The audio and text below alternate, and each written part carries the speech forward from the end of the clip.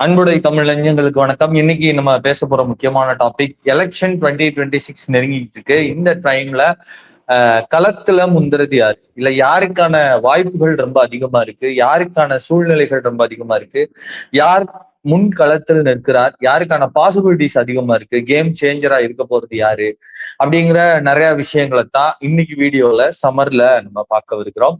அரசியல் குறித்த நிறைய விஷயங்களை தொடர்ந்து சமரசமின்றி சமர் அப்படிங்கிற இந்த சமூக ஊடகத்தின் வாயிலா அக்ராஸ் ஆல் பிளாட்ஃபார்ம்ஸ்ல நம்ம ஷேர் பண்ணிட்டு இருக்கிறோம். நீங்க இப்பதான் முறையா அந்த வீடியோ பாக்குறீங்க அப்படின்னா தொடர்ந்து இளைஞர்களால் நடத்தப்படுகின்ற இந்த சேனலுக்கு உங்களுக்கான ஆதரவை சப்ஸ்கிரைப் மூலமா நீங்க கொடுங்க.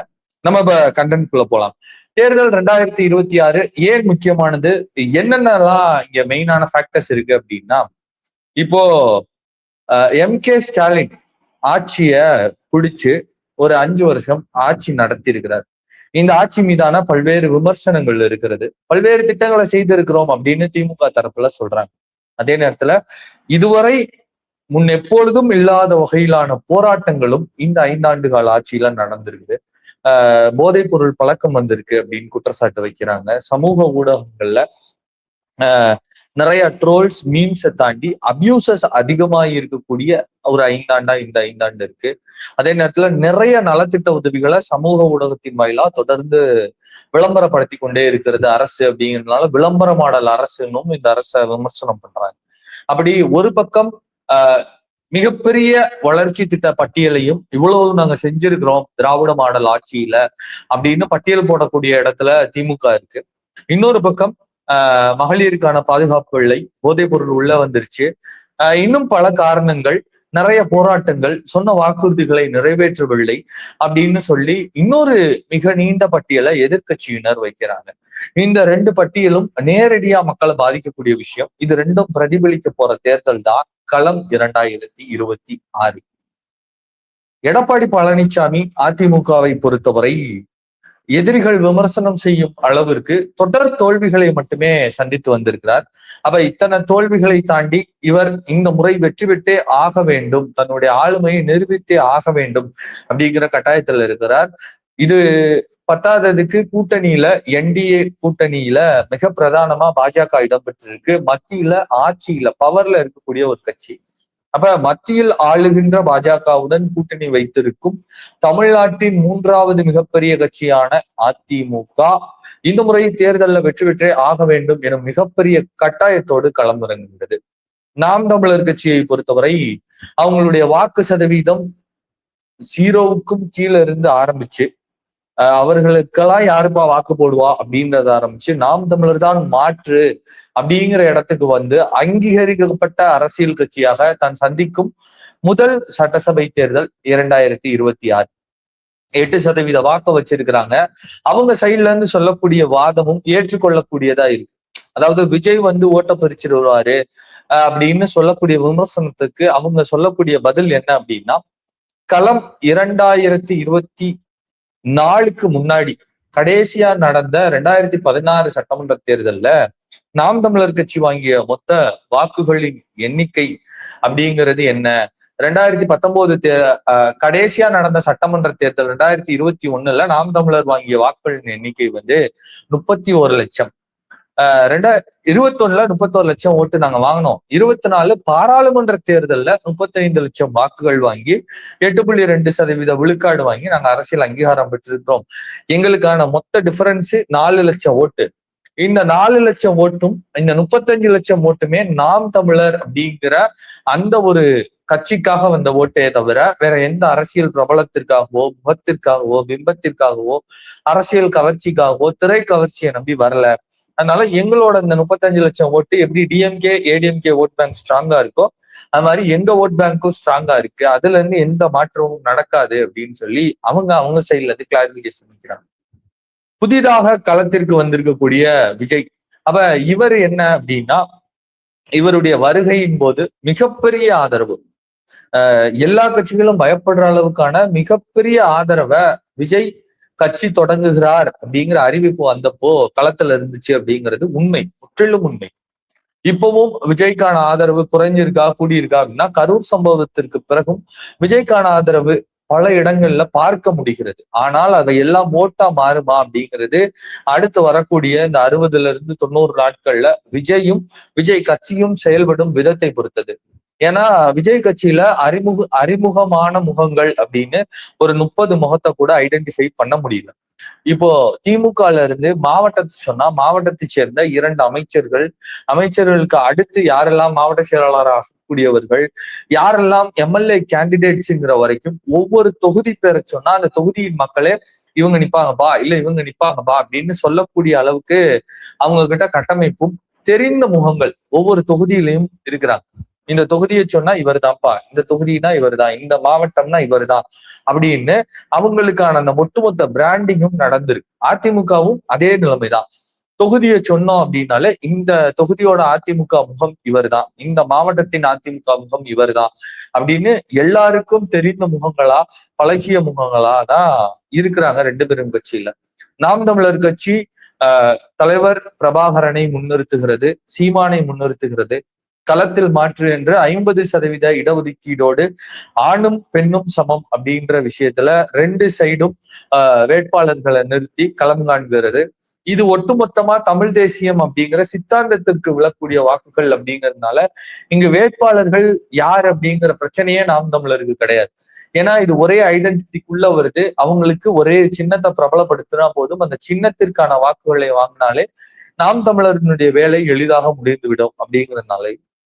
இன்னொன்னு, இப்போ நாம் தமிழர்ல கிட்டத்தட்ட எல்லா பகுதிகளிலையும் தெரிந்த முகங்கள் அப்படின்னு 234 இல்லைன்னா கூட ஒரு 100 to 120 தொகுதிகள்ல நாம் தமிழர் கட்சியின் முகங்கள் இவர்கள் தான் அப்படின்னு சீமானுக்கு அடுத்து இருக்கக்கூடிய 2ஆம் கட்ட தலைவர்கள்லயே ஒரு 30-40 முகங்கள் வெகு பிரபலமா வெகு மக்களாலேயே ஐடென்டிஃபை பண்ணக்கூடிய அளவுக்கு நாம் தமிழர் கட்சியில இருக்கிறாங்க.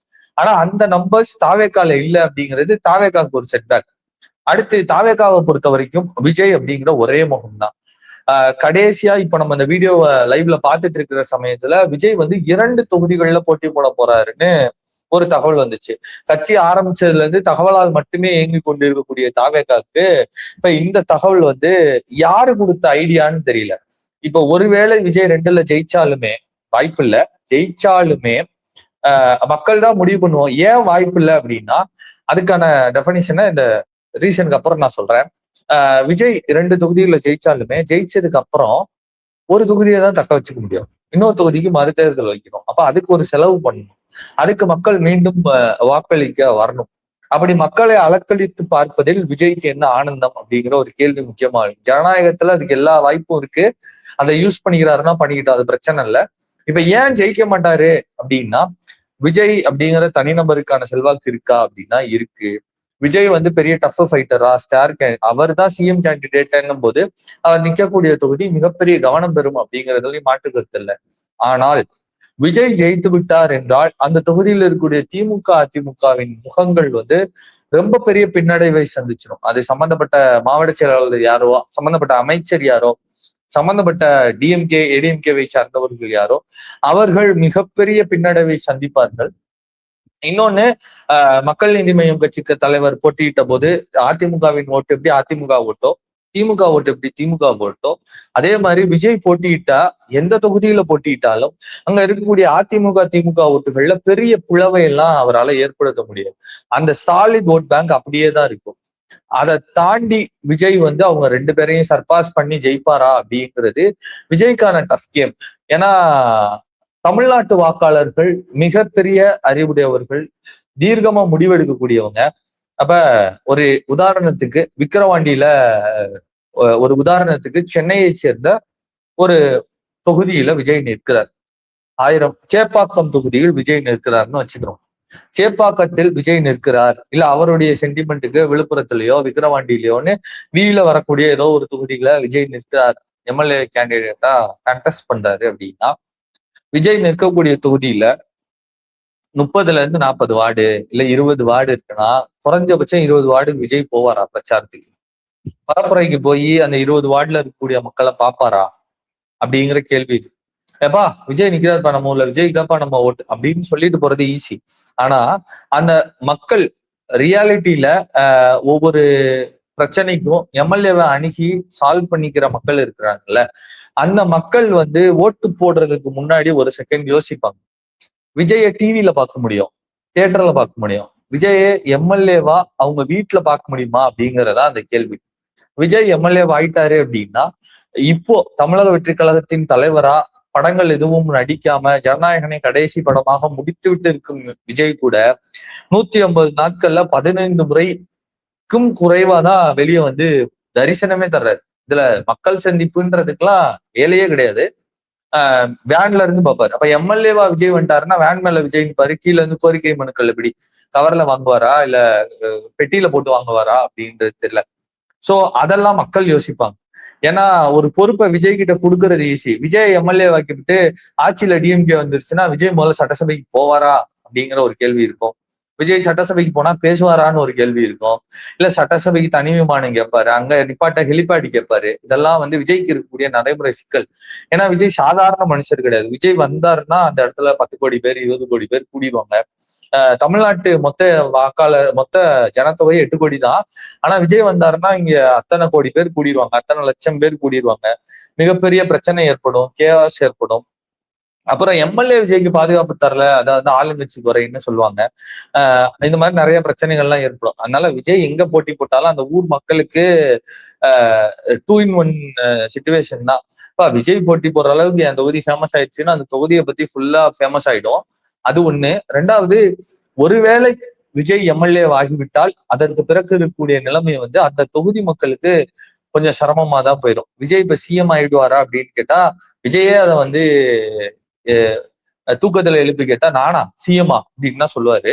சோ அதனால இப்ப அந்த முடிவுக்கு விஜயே வரமாட்டாரு அப்படிங்கிறதுனால விஜய் மட்டும் தனித்து ஒரு எம்எல்ஏவா அந்த தொகுதிக்கு என்ன செய்ய முடியும் அப்படிங்கிற கேள்வி விஜய் நிற்கக்கூடிய தொகுதியில் இருக்கக்கூடிய மக்கள் கண்டிப்பா கேட்பாங்க. சோ அந்த பிரச்சனை விஜய்க்கு இருக்கு. ஆனா களமா ஓவராலா பார்க்கும்போது போன தேர்தல் 2021 பல இடங்கள்ல சீமான் வந்து நாம் தமிழர் கட்சி வந்து குறிப்பிட்ட ஒரு வாக்கை வந்து பெற்றாங்க. அது 5000 இருக்கலாம், 10,000 இருக்கலாம், 17,000 இருக்கலாம், 20,000 இருக்கலாம். அவங்க ஒரு வாக்க பெற்றாங்க. மக்கள் நீதி மையத்தை சேர்ந்தவர்களும் ஒரு வாக்க பெற்றாங்க. இந்த 2 வாக்கு இருக்கு இல்லையா, இந்த 2 வாக்கு அமமுகவை சேர்ந்த தினகரன் அவங்க இந்த 3 பேரோட வாக்கும் பல இடங்கள்ல வெற்றி தோல்விகளை தீர்மானித்தது. நாம ஒரு ஆர்டிகிள் வந்துருந்துச்சு நியூஸ் பேப்பர்ல. அதுபடி தினகரன் மட்டும் தனித்து வந்து ஒரு 11 தொகுதிகள்ல சாலிடா இம்பாக்ட் பண்ணியிருக்கிறார். ஸ்ட்ராங்கா இந்த 11 தொகுதி தோத்ததுக்கு தினகரன் தான் காரணம் அப்படிங்கிற லெவலுக்கான ஓட் ஸ்பிளிட்ட அபிஷியலா அவரு பண்ணியிருக்கிறாருன்னு அந்த ஆர்டிகல்ல சொல்லியிருந்தாங்க. அதை தாண்டி ஒரு 25-50 தொகுதிகள்ல ஹெவியா இம்பாக்ட் பண்ணியிருக்கிறாரு. அந்த டிஃபீட் ஃபார் ஏடிஎம்கேக்கான மெயின் ரீசன் தினகரன் ஓட்டை ஸ்பிளிட் பண்ணதா இருந்தது.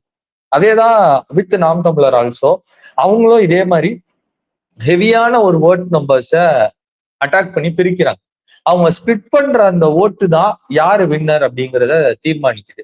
இப்போ இந்த ஓட் ஸ்பிளிட்டர்ல இன்னொரு ஆடானா விஜய் வந்திருக்கிறாரா அப்படிங்கிறது தேர்தல் களத்துல சொல்லும்.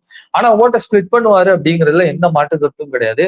234 தொகுதியிலையும் மினிமம் 10,000 ஓட்டுல இருந்து எத்தனை ஓட்டை விஜய் ஸ்பிளிட் பண்ண போறாரு, அது யாருடைய ஓட்டு அப்படிங்கறதுதான் மெயின் கேள்வி. களத்தில் முந்துவது யார் அப்படின்னா கூட்டணிகளை பொறுத்தவரை, இருக்கக்கூடிய அரித்மெட்டிக்ஸை பொறுத்தவரை, செயல்படுத்தி இருக்கக்கூடிய திட்டங்களை பொறுத்தவரை தற்போது திமுக தான் முன்னணியில முந்திக் கொண்டு இருக்கிறது. அதிமுக கூட்டணி எடப்பாடி பழனிசாமி வேன் எடுத்துட்டு முதல் கட்ட பரப்புரையை முடிச்சுட்டா கூட நிர்வாகிகள் எல்லாரையும் அரவணைச்சிட்டாரு, திருப்பி ஏத்துக்கிட்டாரு. ஆனா அதிமுக பழைய அதிமுகவா களத்துல இருக்குமா அப்படிங்கிறது இன்னும் கொஞ்சம் நாள்ல தெரியும். இப்போ வரையும் தெரியல. இதுக்கப்புறம் தெரிய ஆரம்பிச்சிச்சு அப்படின்னா களத்துல அவங்களும் சரிசமமா போட்டிக்கு ரெடி ஆயிட்டாங்கன்னு நம்ம புரிஞ்சுக்கலாம். திமுக தன்னுடைய பரப்புரையை ஏற்கனவே தொடங்கிட்டாங்க. நாம் தமிழர் மிகப்பெரிய மாநாட்டை ரெடி பண்ணி இருக்கிறாங்க. திருச்சியில வேட்பாளர்கள் அறிமுகம் நடக்கவிருக்கு. நாம் தமிழர் ட்ராக் அது வாட்டுக்கு போயிட்டு இருக்கு. 3 கட்சிகளும் கிட்டத்தட்ட மும்முரமா தேர்தல் பணிகள்ல வேலையில இருக்கிறாங்க. விஜயின் தம்பிகள் தோழர்கள் வந்து 1 லட்சம் விருப்ப மனுக்களை வாங்கி உலக சாதனை படைக்கிற முயற்சியில மும்முரமா இருக்கிறாங்க. இப்போ 1 லட்சம் விருப்ப மனுக்கள், ஒரு விருப்ப மனுல 8 பக்கம், 1 லட்சம் விருப்ப மனுக்கள்ல 8 லட்சம் பக்கங்கள். 8 லட்சம் பக்கங்களை விஜய் தனிப்பட்ட முறையில உட்கார்ந்து திருத்தி யாரு எந்த தொகுதி வேட்பாளர்னு முடிவு பண்ணி அதுக்கப்புறமா வேட்பு மனு எல்லாத்துக்கும் அவரு கையெழுத்து போட்டு அவர் வேட்பு மனுவை ஸ்பெல்லிங் மிஸ்டேக் இல்லாம எழுதி எல்லாத்தையும் சப்மிட் பண்ணி அவங்க களத்துக்கு போய் நின்று வேட்பு மனுவில் ஆதார் கார்டுல இருக்க பேரை போடணும். விஜய் ரசிகர் அப்படிங்கிறதுனால வில்லு விஜய் அப்படின்னு கையெழுத்து போட்டா வேட்பு மனு செல்லாது. இந்த மாதிரி சிக்கல்லாம் இருக்கு. அதெல்லாம் தாண்டி அவங்க களத்துல இருக்கணும். முதல்ல தேர்தல் பரப்புரை பணிகளை தாவேக்கா தீவிரப்படுத்தணும். 10,000 ஓட்டு விழுக்கும் அப்படிங்கிற அந்த அதுதான் நிதர்சனமான உண்மையை தவிர தாவேக்கா களத்தில் இருப்பதனால் எங்கு நின்றாலும் தாவேக்கா ஜெயிக்கும், தாவேக்கா வேட்பாளர் யார் இருந்தாலும் ஜெயிப்பா அப்படின்றதுலாம் நடைமுறைக்கு சாத்தியப்படாது. அதுக்கான தீவிர உழைப்பை ஒவ்வொரு தாவேக்கா தொண்டனும் செய்ய வேண்டும் அப்படிங்கிறது தான் கலை யதார்த்தம். அதை தாண்டி தாவேக்கா முந்துகிறதா அப்படின்னா கிடையாது. இருக்கிற நிலைமையில இருந்து பின்னாடி போகாம இருந்தாலே பரவாயில்ல அப்படிங்கிறதா நிதர்சனமான உண்மை. ஏன்னா விஜயே இன்னும் பல இடங்கள்ல பேச ஆரம்பிக்கல, பலரிடம் பேச ஆரம்பிக்கவில்லை. அப்ப தாவேக்காவை நம்பி யார் வருவார், தாவேக்கா கூட்டணிக்குள் யார் வருவார் அப்படிங்கறதெல்லாம் யோசிக்கும் போது தாவேக்கா இன்னும் களத்துக்குள்ள ரேஸ்க்குள்ள அடியெடுத்து வைக்கல. ஆனா ஓட போறதுல தாவேக்காவும் இருக்காங்க இப்ப வரைக்கும். சோ யாரு முந்துரா அப்படின்னா திமுக கூட்டணி முந்துகிறது. அதிமுக கூட்டணி பாய்ச்சலுக்கு தயாராக இருக்கிறது. பாயுமா அப்படிங்கறதுதான் கேள்வி. புலிகள் பாய்ந்து கொண்டு இருக்கிறார்கள். அவர்களுடைய வேலையை அவங்க அவங்க பாணியில செஞ்சுக்கிட்டு இருக்கிறாங்க. தாவேக்கா பொறுத்திருந்து பார்ப்போம். தொடர்ந்து பல அரசியல் கண்டென்ட்களை பார்ப்பதற்கு சமர் சேனலை சப்ஸ்கிரைப் பண்ணிருங்க. சமரசமின்றி உரையாடுவோம் தமிழ்நாட்டு அரசியலையும் மக்கள் வாழ்வியலையும்.